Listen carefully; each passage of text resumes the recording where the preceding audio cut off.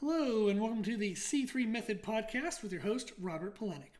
Our goal is to educate you on everything health and fitness related with a clear, concise, and customized approach. We want you to know what you need to know and how to apply it in a way that fits you best.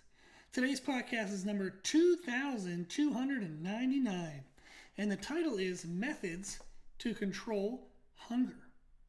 I'm currently dieting with the intent to get as lean as I can by the end of the year. I would like to get veins everywhere, peeled and shredded, the leanest I've ever been in my life.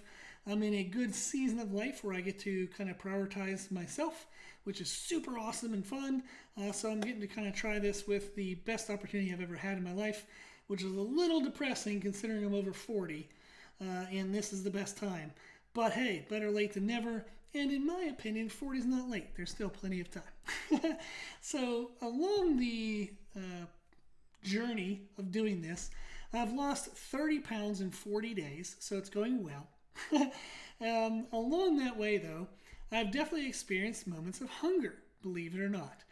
This is not uncommon. Whenever somebody's dieting, especially if you're doing something crazy and borderline stupid like I am, 30 pounds in 40 days, you're going to be hungry. The most extreme diets I've actually done is I lost 50 pounds in 8 weeks once. That was rough. And then I had 2 other diets where I lost 50 pounds in 10 weeks.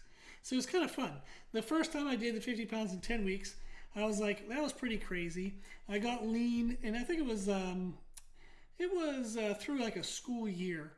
And then I used the summer to kind of like eat and train because I wasn't in class. I was just doing my jobs in the summer, so I had more time. So then I just ate everything under the sun and lifted weights when I wasn't working. And then when I got back to school, I remember people going like, "What the hell happened to you? What did you eat a human?" You know. So it was basically like over the course of 2.5, 3 months, I gained like 40 pounds, and it all looked pretty damn good. So I was very happy with that. I then did it again the next summer, which is when I did the second diet of 50 pounds in 10 weeks. And then the third summer, I was like, I wonder if I could beat that. So I did 50 pounds in 8 weeks. Now, those diets are very extreme. I would not recommend doing that in any way whatsoever to any client that I work with. It was just fun. I learned a lot in each of those 3 diets. And none of those 3 did I have the expectation to maintain the weight that was lost. I know that the more extreme amount of weight I lose in the more extreme shorter time frame, there's going to be a rebound or a bounce back factor, because what you do to create the weight loss cannot be sustained. So when you go back to anything other than the habits that created the loss, you're going to regain some of that weight.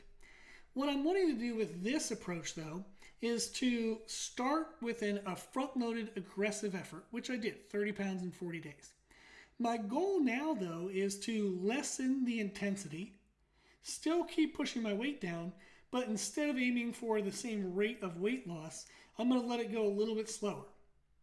Do that for a couple weeks, then a little bit slower. Do that for a couple weeks. So I'm going to be tapering down the rate of loss per week, and that will then allow me to slowly reestablish habits that I'll be able to sustain when the diet is done.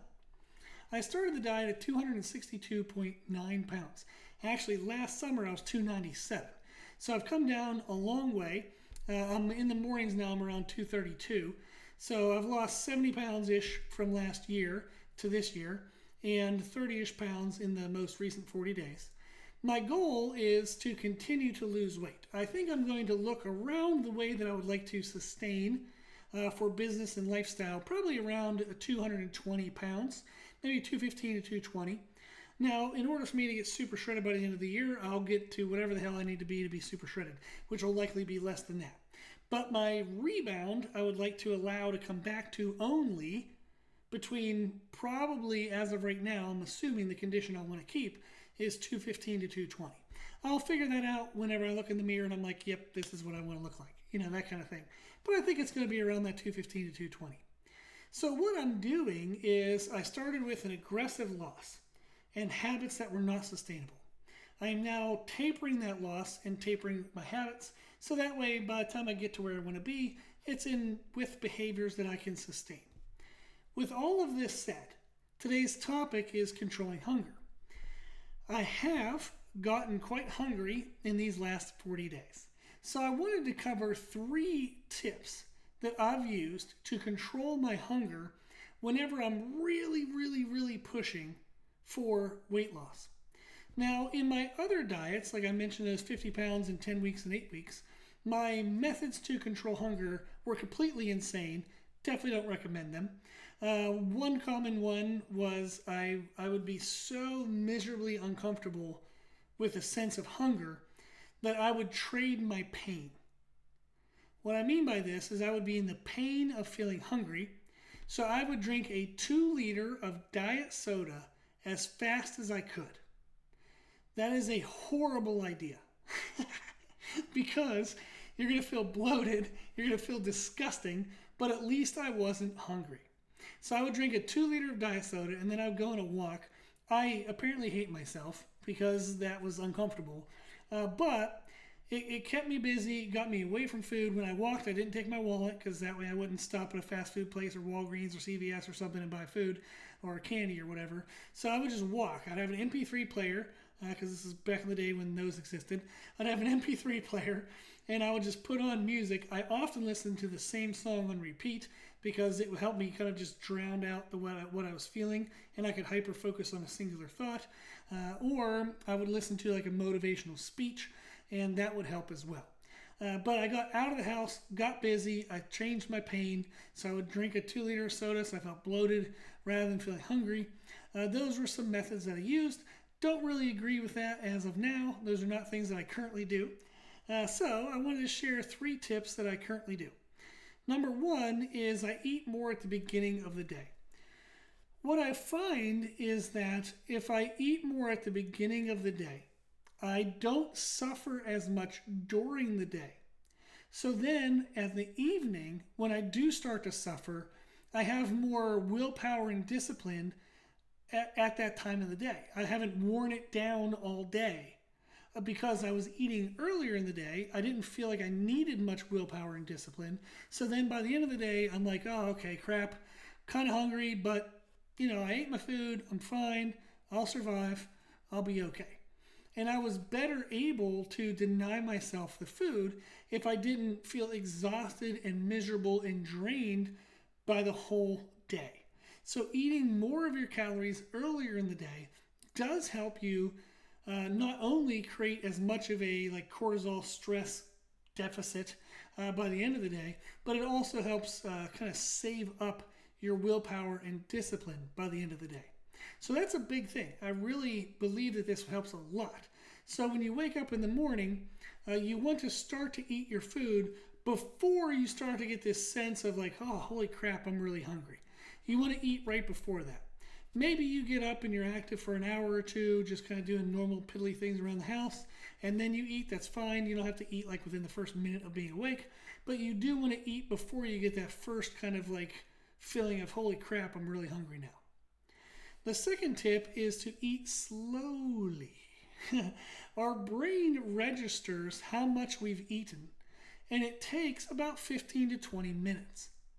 So if I eat really quickly, my body will actually consume the food before my brain realizes it. So I'll eat all my food, see it's gone, feel that I'm still hungry because it hasn't registered yet, and then I'll go reach for more. Whereas if I eat slower, my brain has the chance to kind of catch up to the fact that I've eaten, and it says, oh, okay, I was hungry, but I shouldn't be as hungry now because I register that we've eaten food. So your hunger sensation will be less if you eat slowly. This is something Meredith laughs because I'll sit down at night, I'll cook my last meal, I'll eat like the first half like I haven't eaten in weeks, and then I just kind of stop and I'll just sit there. And sometimes we're watching TV, sometimes we're just chit-chatting. And when she was new to me dieting, she would be like, are you okay? Like, are you sick or is there anything wrong? And I'm like, oh, no, I'm fine. And then eventually I realized I needed to explain that I'm voluntarily stopping eating halfway through because I'm waiting for my brain to register what I've eaten already. So then when I finish the second half, it feels as though it fills the void of me feeling hungry because my brain has now registered the first half. So eating slowly helps a lot. It is hard to do because you're going to be ravenous. So what I give myself is that halfway point. I'm going to eat half my food quick because I'm freaking hungry, and then I'm going to stop, give myself some time for it to register, and then I'll finish the second half slowly. So eating slowly does make a difference. The third tip is to stay busy. Idle hands are the devil's playground. So the busier you stay, the less you will be able to focus on food. This is going to sound odd, but when you're dieting, that's actually a great season of life to pick up a hobby.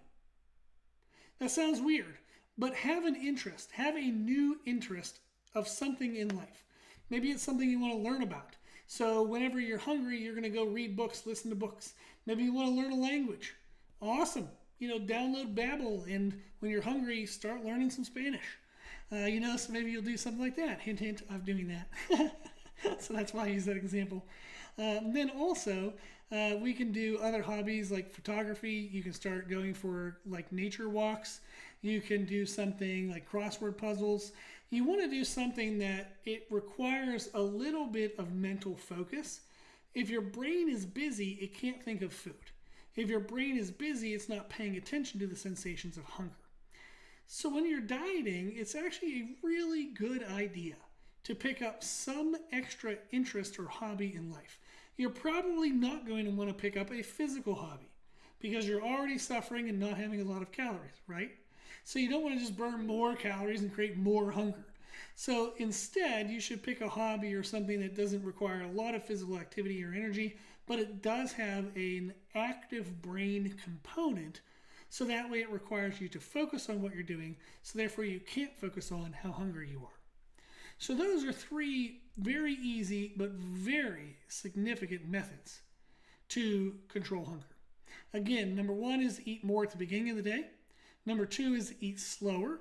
Eat half your meal, take a pause, then eat the other half. And number 3 is to stay busy. So start a hobby, have a new interest. Just do something that fills the void of when you notice you're hungry. So when you feel hungriest, which might be at night, but hopefully if you do the first 2 things, it won't be. But when you feel hungry, pick up the hobby. Make it something you can start doing on your phone. Make it something very easy to access. You can grab a camera and go outside and take photos. Just something that you can get into very quickly, and it keeps your brain busy. Those tips will help you a lot. Awesome. If you want any help with one-on-one coaching for nutrition and or training, you can go to our website, which is www.c3method.com. 3 is spelled out T-H-R-E-E, so it's C-T-H-R-E-E method.com. If you like the podcast, please share the podcast. The more people we share it with, the more people can help. If you like the information we share in the podcast, you can find more from us on our social media channels. You can find us and follow us on Instagram and YouTube under the name C3 Method. As always, I hope this was helpful, and thank you for listening.